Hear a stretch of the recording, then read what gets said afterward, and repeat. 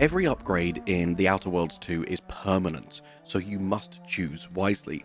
That's why I've created this video to talk you through every upgrade choice for all of your companions on a max level save file to help you make them the absolute most powerful that they can be. So make sure you do watch closely and take notes, because some of these choices aren't obvious until you unlock their final upgrades, and picking an upgrade early on that seems powerful in the early game may have been a terrible idea later when you unlock their hidden traits and perks and you realize that the synergy is all wrong. So we'll start with Niles, as he is the first companion that you get. However, make sure you do stick around to the end, because I'll be giving you a quick personal ranking of how good all these companions are objectively, and my personal recommendation of the best two. Now, starting with Niles, he is one of the two companions in the game whose primary role is a tank. As you can see by his companion ability, he will taunt all enemies in an area around him, then fire 3 shots at your target, dealing significant damage. And once you've completed all of his quests, he'll have 2 traits and an additional perk as well. So one of his traits will grant him increased evasion, meaning he can just straight up avoid a percentage of incoming direct ranged damage. Please note this doesn't apply to explosives, melee attacks, or any ranged weapons that deal AoE damage. It is single target ranged damage only. Also, whilst he's in your party, you can speak to him to open field tinkering, which gives you full access to the workbench from anywhere in the world.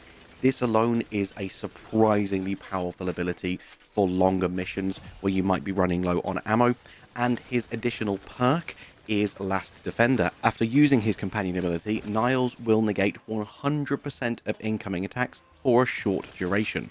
Now for the important bits, let's take a look at all of the perks you unlock at each level, and I will advise you which ones are objectively better. Don't just pick the options you see that I've picked here. I picked them before knowing all of this additional information that I will now bestow upon you. And please do note, as we go through this video, some options are straight up just a no-brainer, whereas others will vary based on your specific build, and I will let you know which is which.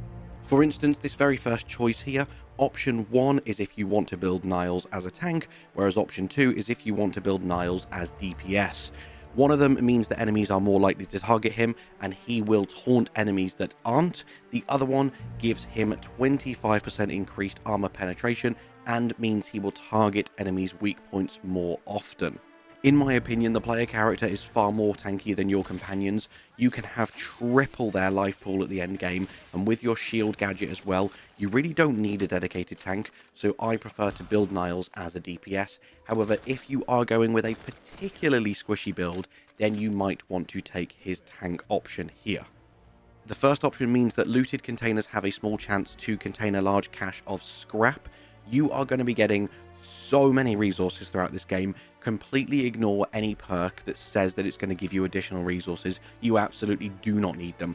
So instead, go for option 2, which means Niles will call out enemies that he spots, automatically revealing them on the minimap for you, and you will also have a passive minus 20% NPC awareness detection rate.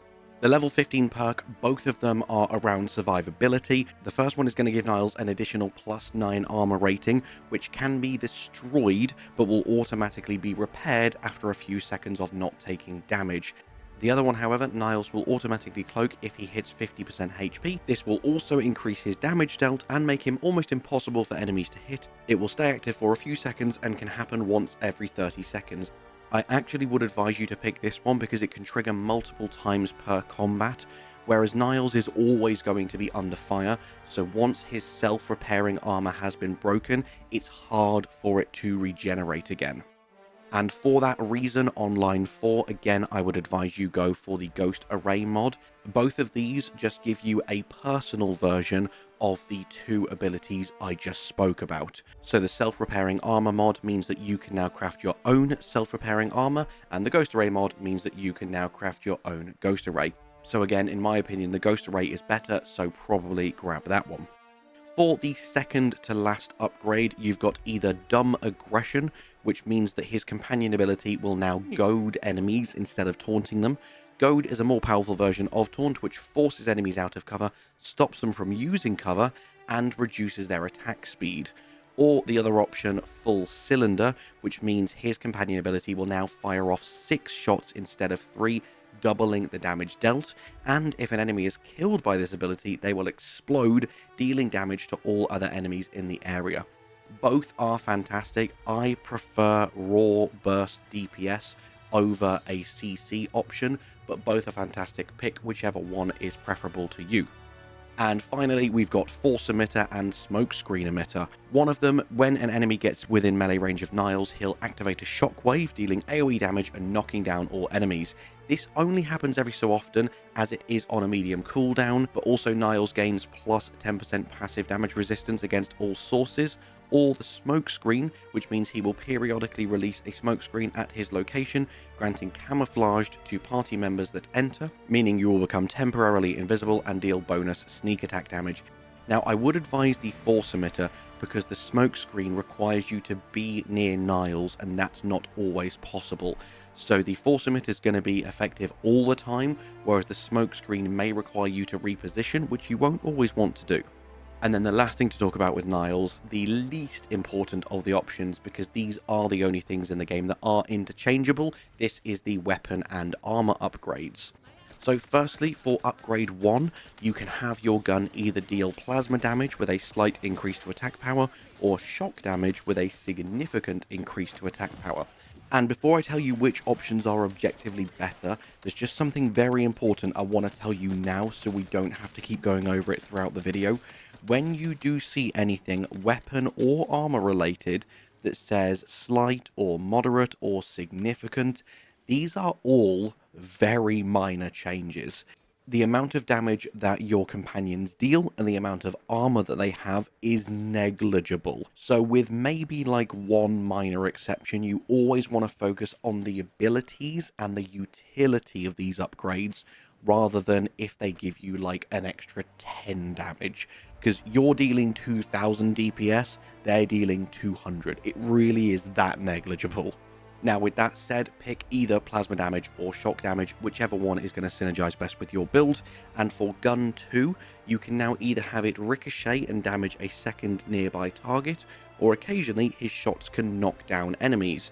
So again, as I say, your companion's DPS is quite negligible, so I would go for the knockdown, because the less time the enemies are shooting you, the longer you're going to live.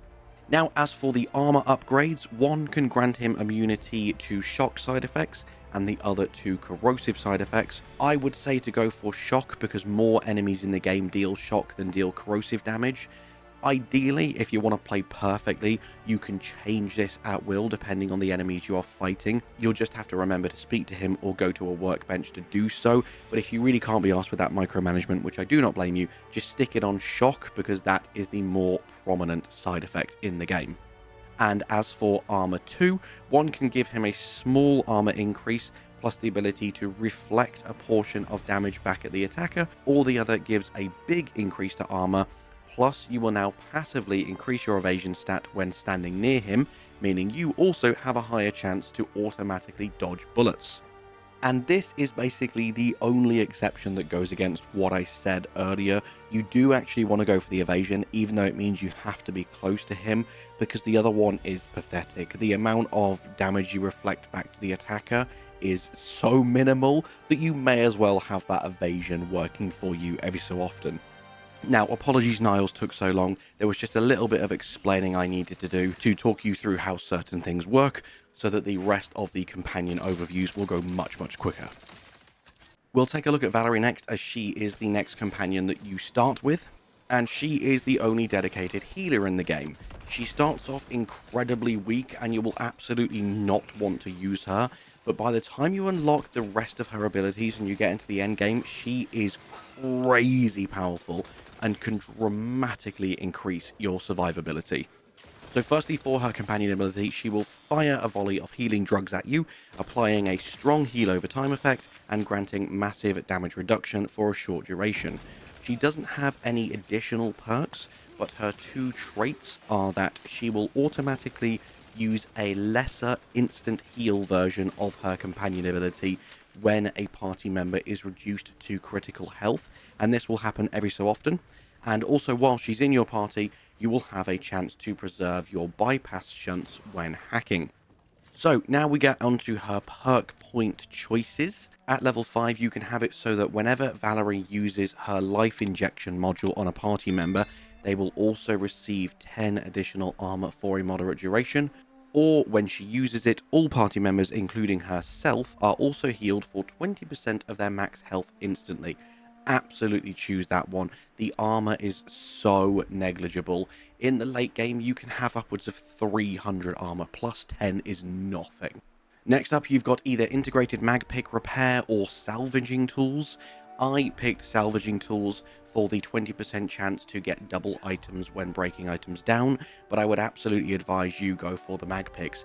It's surprising how quick you run out of mag picks, especially if you are speccing into lockpicking. So actually, that's what I should say. If you're speccing into lockpicking, go with the mag pick repair. If you're not, go with salvaging tools. Next up for the level 15 choice, for the first one, every 15 seconds, Valerie will fire a syringe if you are within melee range of an enemy. This will heal you for 10% of your max HP and increase your melee damage and move speed by 20% for the next 8 seconds. Or the second one, she'll do the same thing, fire a syringe at you every 15 seconds, but this one is fired if you are suffering from a hostile effect. It will again heal you and it will clear all hostile status effects. Again, pick the melee one if you are someone who uses melee weapons at all. If not, pick Fortitude Supplement module. It's so much better in every other situation. This next one is all about her companion ability. The first choice means that it will now make you immune to all damage for the duration instead of just giving you a damage reduction. The other one means that you can use it far more frequently because it will recharge significantly faster whilst you are at full health. So again, if you are someone who adopts more of a tanky role yourself, pick the first option. If you tend to stay back and let your companions take the damage, pick the second option.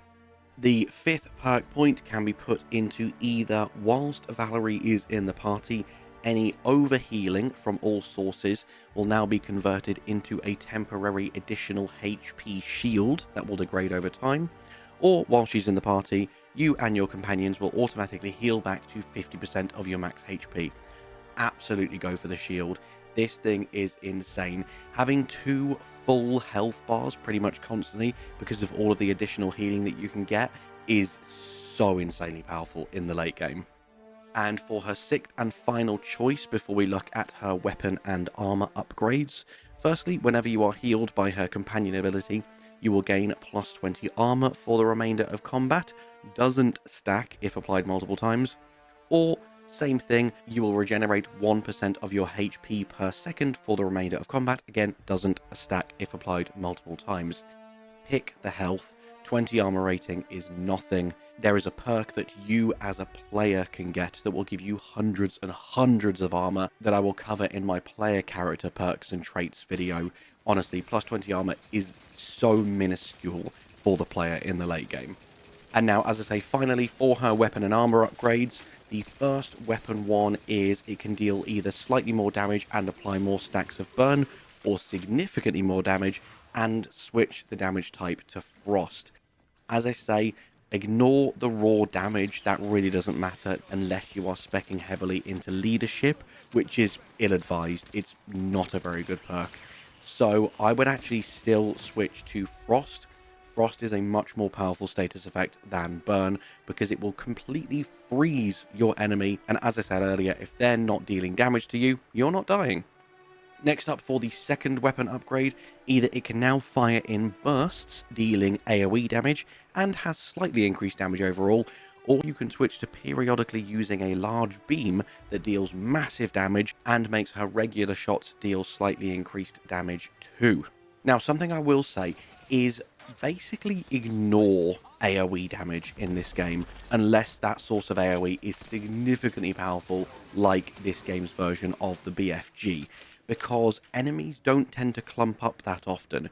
Usually when you need big damage, it comes in the form of bosses. They're going to be single target, so being able to do amounts of AoE damage isn't really that important unless it's got a huge explosion radius like a grenade. So based on that, I'm sure you can tell exactly what I'm going to advise you to pick. Go for the large beam. That thing goes crazy.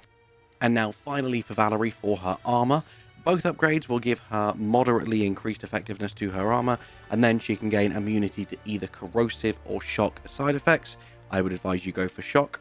And finally, another slight increase to her armor's effectiveness, and then either her companion ability charges more quickly or grants constant passive HP regeneration.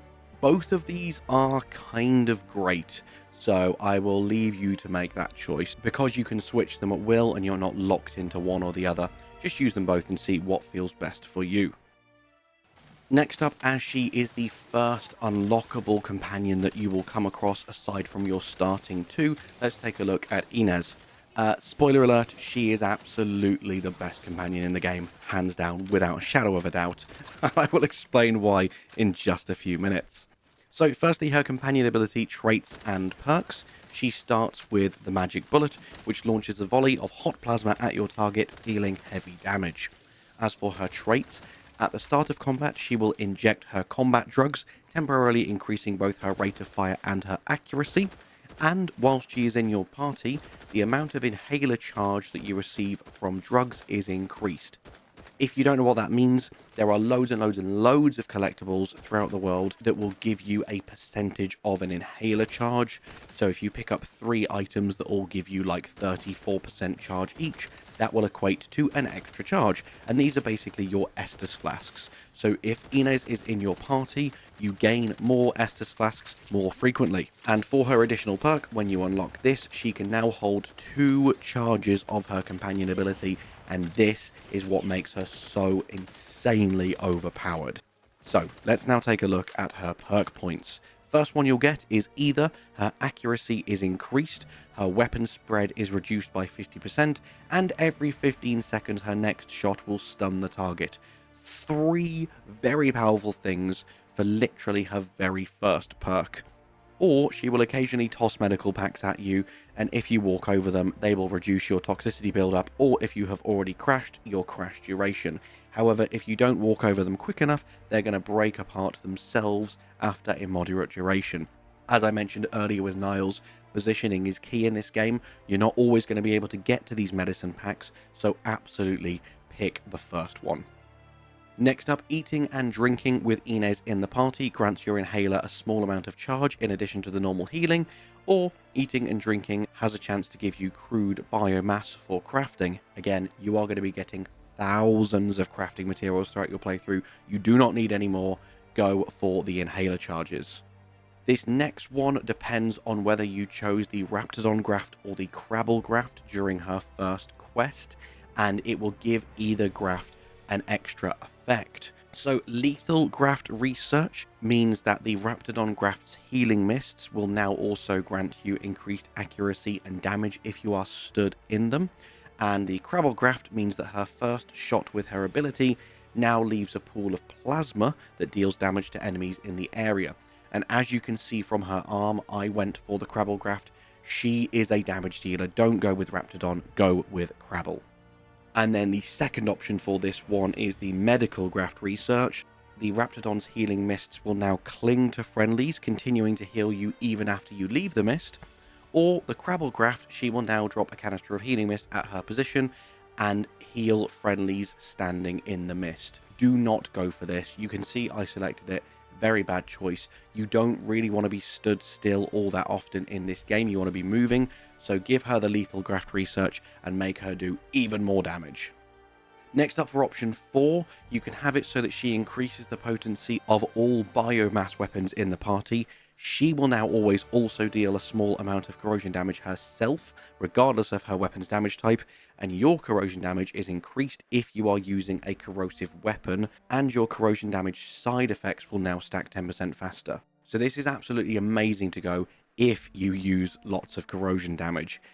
If not, grab the experimental primer research.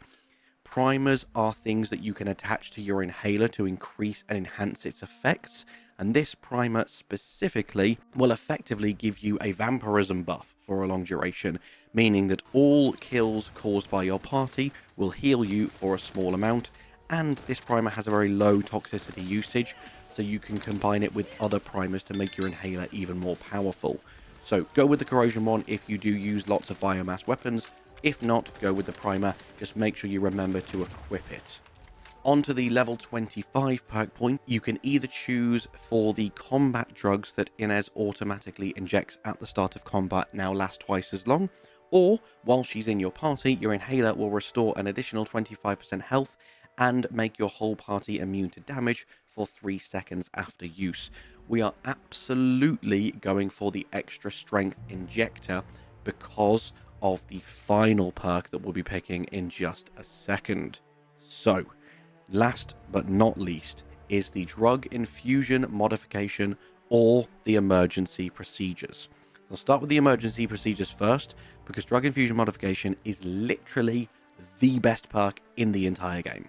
So, emergency procedures, after you activate her companion ability, it will immediately clear your toxicity and your crash, and also cause your whole party to regenerate 400 health over 10 seconds, which in the late game isn't a huge amount when you can have upwards of 3000 health. Now, drug diffusion modification. Why is this so powerful? As we already know, Inez can have 2 charges of her companion ability. And there are many ways in the game to make companion abilities charge very, very quickly.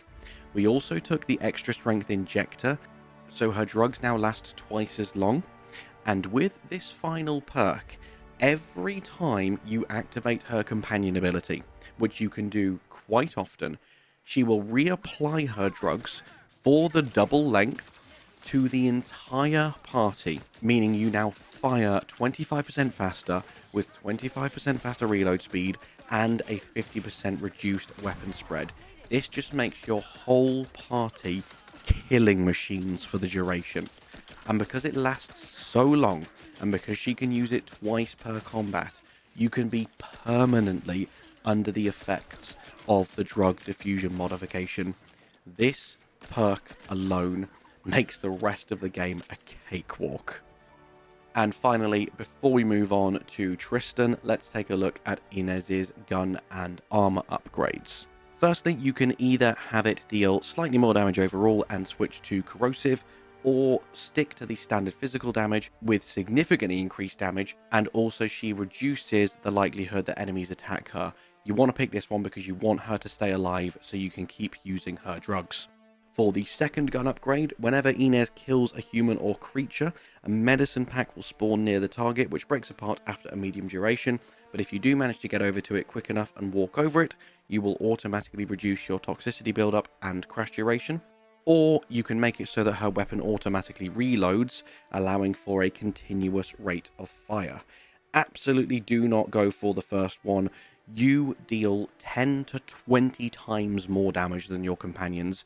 They are very infrequently going to be actually getting the killing blow, so that upgrade will never trigger, so go for the continuous rate of fire. Now for her armor, both upgrades offer a slight increase in armor, plus either immunity to corrosive, or the ability to periodically release a stunning spray when damaged in melee, dazing all enemies in the area. Go for this one to increase Inez's survivability. And then finally, again, both upgrades will offer a slight increase in armor, plus one of them now grants her combat drug auto-injector temporary damage resistance, whereas the other one grants it temporary damage bonus. Go for the resistance, increase her survivability, make sure she stays alive all the time so that you can constantly be drugging yourself and killing your enemies even quicker. The next companion that we'll cover is Tristan, as he is most likely the next companion you will gain access to, because you can recruit him almost immediately upon leaving Paradise Island if you travel to Free Market and start his questline. Tristan is another tank, and in my opinion he has a one-up on Niles in many ways. So if you really want a tank in your party, probably go for Tristan, and let's talk about why now. First off, we'll start with his ability and traits, etc. again. So his companion ability is Judgment. He charges at his target, ending the charge with a powerful blow. The target and all nearby enemies will take massive damage from the hit and are knocked away. Additionally, all enemies in a moderate range around him are also taunted. Then for his trait, one of them is just explaining to you that his hammer is also a grenade launcher at range. Also, whilst he's in your party, he has a 25% chance to reveal hidden objects around you automatically. This can only occur if you can't reveal it yourself, such as by having too low of an observation skill. And finally, for his additional perk, he will automatically taunt enemies in an area around him when your health drops to 25% or lower for the first time each combat. Now, as for how to put him to the best use, let's take a look at his perks. Firstly, you can make it so he just straight up is more likely to be targeted by enemies, and also all hostile effects only last half as long on him. Or you can make it so that every third attack will activate his hammer's grenade, dealing bonus physical damage in an area around his target, and that is 45 physical damage, which is a pathetically small amount of damage, so absolutely go for Juggernaut. The level 10 perk, you can make it so that when you choose to start a fight using dialogue, all enemies will start either taunted or frightened. So either they'll be forced to attack him or they will run away for 8 seconds. But if you do choose frightened, that doesn't apply to auto mechs. I find taunted more useful than frightened, but both have their uses. The next line is all about Xyranium exposure. When he's exposed to Xyranium, either he can rapidly regenerate health, or his companion ability can recharge considerably faster. I absolutely adore the companion abilities in this game. They're basically the only reason, in my opinion, to use companions, so I would absolutely advise going for the companion ability recharge. Next up, you can make it so that his companion ability will now goad enemies instead of taunting them, and you know what that is because we covered it earlier and you're good and you didn't skip the video. Or you can make it so that he is frenzied for a duration after using his companion ability, which means he attacks quicker, moves quicker, and deals more damage. I personally much prefer goaded. Goaded is goated. Next up, for the level 25 perk, Steel Wall is incredible. Tristan will automatically double his total health at the start of every combat. And just in case you didn't know, it's very easy to exit combat and re-enter again, even whilst you are effectively still in the middle of combat. You just need to break line of sight for a few seconds. So you can basically keep reapplying this extra layer of max health on top of Tristan if you do want to go for Steel Wall. Or you can make it so that once every 30 seconds when Tristan kills a target, he will terrify all humans and creatures around him for 8 seconds. Again, doesn't affect automechs. And again, as I said earlier, it's not often your companions are getting the killing blow, so just hone in on him being the tank that he is. Absolutely go for Steel Wall here. And then for his final perk, you can select Ground Shaker that will make it a gigantic AoE, or you can select Propulsion Rocket, which will make it deal considerably more damage to the selected target and also knock them down for longer. Both of these are fantastic in their own right. This is one of the few AoEs in the game that has a big enough AoE that it can affect a fair few enemies. So Ground Shaker is a fantastic option. However, Propulsion Rocket is also crazy good. So pick whichever one you feel like you need more, single target or AoE. And now finally, we'll go on to his upgrades. For the first weapon upgrade, either you can make his weapon deal plasma damage with a slight increase to DPS, or shock damage with a significant increase to DPS. Both of these status effects are good in their own right, and even though in reality it's only a slight increase, I'd say take the shock damage, so he's doing at least a little bit more DPS. And then for his second weapon upgrade, you can give his gauntlet a flamethrower, dealing continuous plasma damage around him at all times, plus significantly increased damage, or a moderate increase in damage, plus continuous shock damage around him at all times. And this is the other reason that I want you to choose shock for upgrade 1. Because you're now going to go plasma for upgrade 2. So you're dealing both shock damage and plasma damage, and you have taken the slightly more powerful upgrade for both choices. And finally for Tristan, we'll look at his armor upgrades. Both of them will grant a significant increase to armor, with one also granting immunity to corrosive side effects, and the other granting immunity to shock.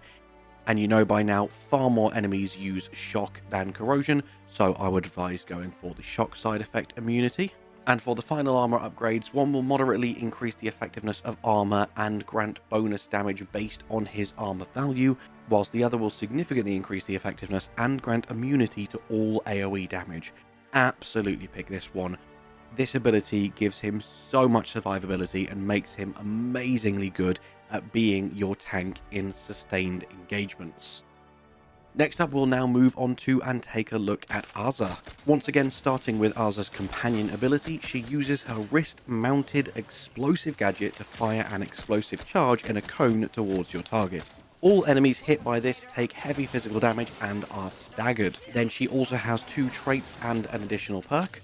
Her ability charges much faster than other companions and can hold 2 charges as standard. Also, while she is in your party, as long as you have at least neutral reputation with a faction, you need a much higher bounty with that faction before they will consider you an outlaw and start pursuing you for your crimes. So if you want to be a criminal, she's a very good companion to have. And finally, whenever you spend energy that's from any of your gadgets, her combat ability will charge for a portion of the energy spent. So if you are speccing heavily into science, you're going to be able to spam her ability constantly. Now let's have a look at the perk choices. Firstly, you can make it so that every third melee attack will automatically inflict stagger and deal bonus damage, or you can make it so that she will always target weak targets in combat, mopping up the dregs for you so that you have less targets to deal with. Both of these are great, but I favour the stagger, so my advice would be to pick Relentless. Next up, we've got Volatile Bombs or Strike from Smoke. One of them means that the explosion caused by her ability covers a larger area, allowing it to hit more enemies. The other one means that after using it, she deals 25% more damage for 20 seconds. Now, the reason I'm going to advise the AoE, despite what I said earlier on in the video, is the majority of her damage comes from spamming her ability consistently. Her knife does pathetic amounts of damage. Her knife actually does 4 times less damage than Inez's gun, and obviously Inez can fire her gun far more frequently than Aza can use her knife. So absolutely go for Volatile Bombs, because we are going to be spamming her companion ability so much. Next up, another no-brainer here. Either disabling mines will give you crafting materials, or you deal 50% extra sneak attack damage. If you are going for a stealthy build, this is invaluable. With pumping points into your own stealth perk as well, combined with this, you will easily be able to one-shot stealth kill even the likes of giants. It's crazy good, the assisted takedowns. Now we're on to the level 20 perk. Absolutely go for Stunning Explosion. I picked Shorten the Fuse and I now see how bad it is. Her companion ability charges up so quickly as long as you are remembering to use your gadget that you do not need this extra charge at the start of combat. It's going to be flying up so quickly that you won't be able to spend it quick enough, so go with Stunning Explosion so that all enemies affected are stunned instead of staggered. This next one absolutely depends on whether you use explosives or not. If you do, go for Mine Layer. Mine Layer is the better perk, but because I literally never use explosives, that's why I went for Flurry of Blades. Flurry of Blades isn't bad because it has the stun, but if you are someone who uses lots of explosives, bearing in mind that's not just mines, there are explosive weapons as well, there are explosive guns. So plus 25% damage for all of your explosives is absolutely huge. And your mines will automatically knock down enemies when triggered as well. And finally, you have either Frost Charge or N-Ray Charge. If you are going with an N-Ray build, use this. If you're thinking, what's that? How do I do that? Then absolutely pick Frost Charge. So basically, how N-Ray damage works is it will build up a meter on your enemy, and once that meter is full, they will automatically die. But if you're not assisting her by building up that N-Ray damage, it's very unlikely that her companion ability alone will be able to fully max out an N-Ray bar on an enemy, in which case the frost damage and the chilled negative effect on your enemies is going to be far more valuable to you. And finally, just quickly for Aza before we move on to Marisol, you've also got her weapon and armor upgrade. So firstly, for the first weapon upgrade, you can switch it to shock damage with a significant increase to damage output, or you can make it inflict bleed buildup with only a slight increase to damage. As I say, her knife isn't really the main purpose of her. It is her kind of utility buffs to your stealth and also spamming her companion ability. So either's going to be great. I'd say probably favor the bleed builder, but either option here is going to be great. And next up, the second upgrade for her knife. One will stun enemies that it hits as long as they aren't specifically targeting her. And this can only occur once per enemy, but honestly, once is all you really need. And also it will moderately increase the damage dealt, whereas the other one will give a significant increase in damage with another moderate increase if the enemy isn't targeting her. Again, I would say always go for them stuns. Crowd controls, utility, support abilities, all really fantastic on your companions. Then finally, for the armor, the first upgrade, you can get either immunity to shock or plasma side effects with a moderate increase to armor effectiveness. So really you can pick either or, but my advice as usual would be shock. And finally, another moderate increase to armor for both choices here, along with one of them granting Aza a full heal the first time she goes down in combat, and the other automatically going into stealth whenever she's not attacking, preventing enemies from attacking her, and granting her a damage bonus when she's coming out of stealth. Absolutely go for that second one. Being permanently cloaked when she's not attacking is absolutely fantastic for getting them bonus hits, for getting them weak point hits. And it really isn't often that combat lasts long enough for you to need that full heal either. So now let's finally review Marisol's upgrades and perks before we then take a look at the companion rankings and the best two that I advise you run in most situations. And last but absolutely certainly not least, before I give you my ranking of the companions and my top two, let's take a look at Marisol. She's likely to be the last companion you get, as long as you've been doing all of the side quests, that is. If you haven't, there is a chance you might miss Aza for a bit and you might get her first, but I digress. So, her ability, Torpifying Blast. Using a gadget of her own design, she shoots energy at a specified target. Please ignore the typo, I did report it. There was a few things like this in our pre-release build. Anyway, this will stun and shower enemies with magnetic energy. While the effect lasts, the targets cannot move, and all attacks against them are guaranteed automatic critical hits. And this, combined with a few of the other perks and traits, make her a killing machine. So, gadget optimization is her first trait, and this improves your ability to generate energy, allowing any kills scored by the party to restore a small portion of your energy. She also grants you the Threat Analyzer, meaning whenever you are looking at anyone through your tactical time dilation or your N-ray scanner, you can now see things such as health, armor, and their weapon. You actually have proper enemy stats with Marisol in your party. And finally, with energy storage, she gains 2 charges of her companion ability. So now let's look at her perks and see how insanely broken we can make her ability. Firstly, we've got the Portable Capacitor Distributor or Combatant Analyzer. Both are great. I like Combatant Analyzer more because it's more frequent. And basically, whilst you're in combat with Marisol, she will call out targets. They will start to glow red, and that means she has marked them. And now, depending on where you hit them, different things will happen to them. They'll be instantly stunned if you headshot them, they'll be knocked over if you shoot them in the legs, or they'll start bleeding if you hit them in the chest or arms. This happens pretty damn frequently, and when she marks a boss, it makes that boss melt. This is very, very powerful. Next up, for the level 10 perk, you've got your attacks against targets affected by her companion ability will restore 10% of your damage dealt as gadget energy. As I say, you're going to be dealing thousands of damage a second. If you go for this, you can infinitely use your gadgets. It's pretty insane. Or we have got Dispersed Glare, meaning her companion ability will now affect an area around the target, stunning and weakening and marking and critting every single enemy surrounding the one that she has targeted. I am devastated we can't pick both of these abilities. My personal preference would be Dispersed Glare, but I understand if you want to take Recharge Paralysis.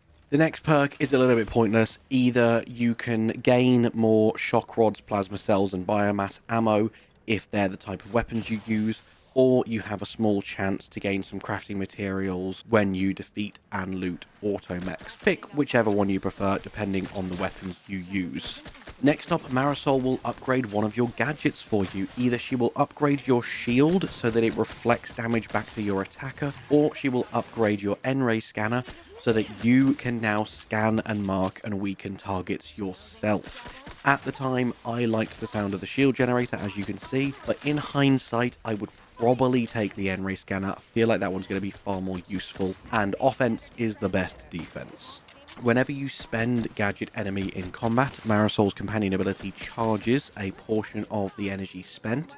As we already know, with her in your party, you are going to be able to spend a lot of gadget energy, especially if you went for the recharge paralysis. However, the other level 25 perk, Chain Paralysis, is equally as incredible. If an enemy affected by her companion ability is killed, the effect jumps to all enemies in a moderate range, applying the effects to them.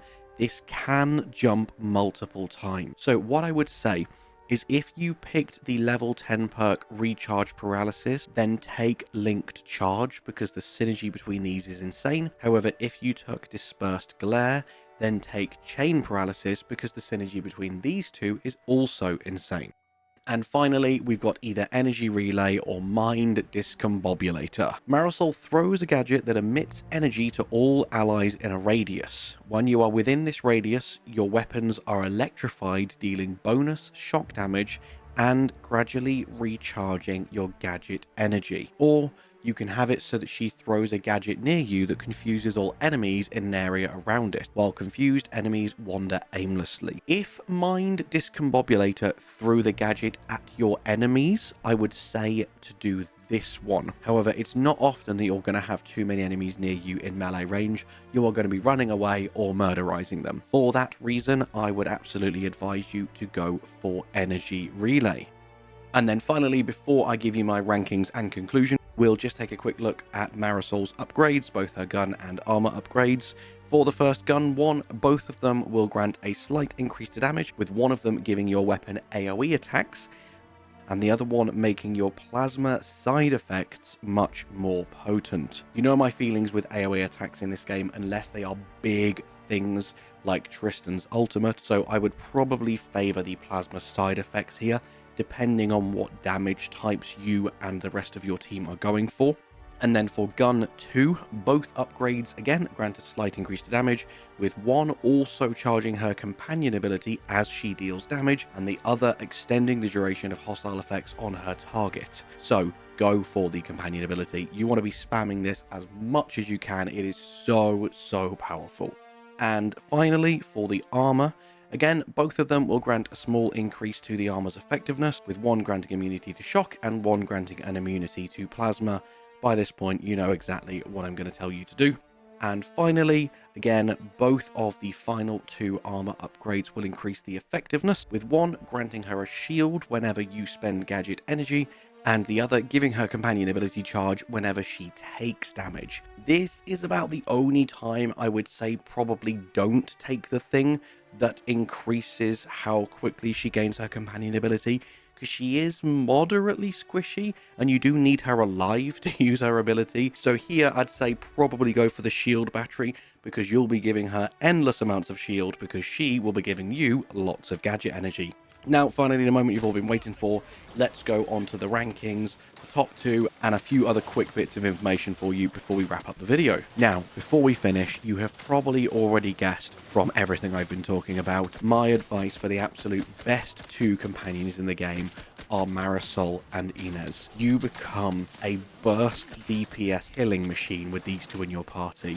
The damage output you can do if you're remembering all your cooldowns and remembering to spam your gadget and your companion abilities is just absolutely next level insane. The only companion I'd say who is partially lacking is going to be Aza, just because she is quite specific. If you want to stealth the whole game, she's going to be the best. If you don't, she's going to be the worst. Valerie is fantastic for that survivability if you're struggling with health. Again, she's very niche, she's very situational, so I'd say the 2 of them are bottom tier. Niles and Tristan, they're good at what they do, they are decent tanks. So I'd absolutely say, if I was to give them rankings, it would go Arza last, Valerie 5th, Niles 4th, Tristan 3rd, Marisol 2nd, and above 1st, Inez, absolutely without a shadow of a doubt. And that, my friends, has been my full, complete and utter ultimate breakdown guide to everything about companions in Outer Worlds 2. Use this information, go and destroy the game on maximum difficulty. If you have learned even one single thing in this video, it would mean a lot to me if you would please subscribe, leave a like and a comment, all that good stuff. And with that, all that's left for me to say is thank you so much for watching. I hope you have an amazing day, and I'll see you in the next one. Bye bye.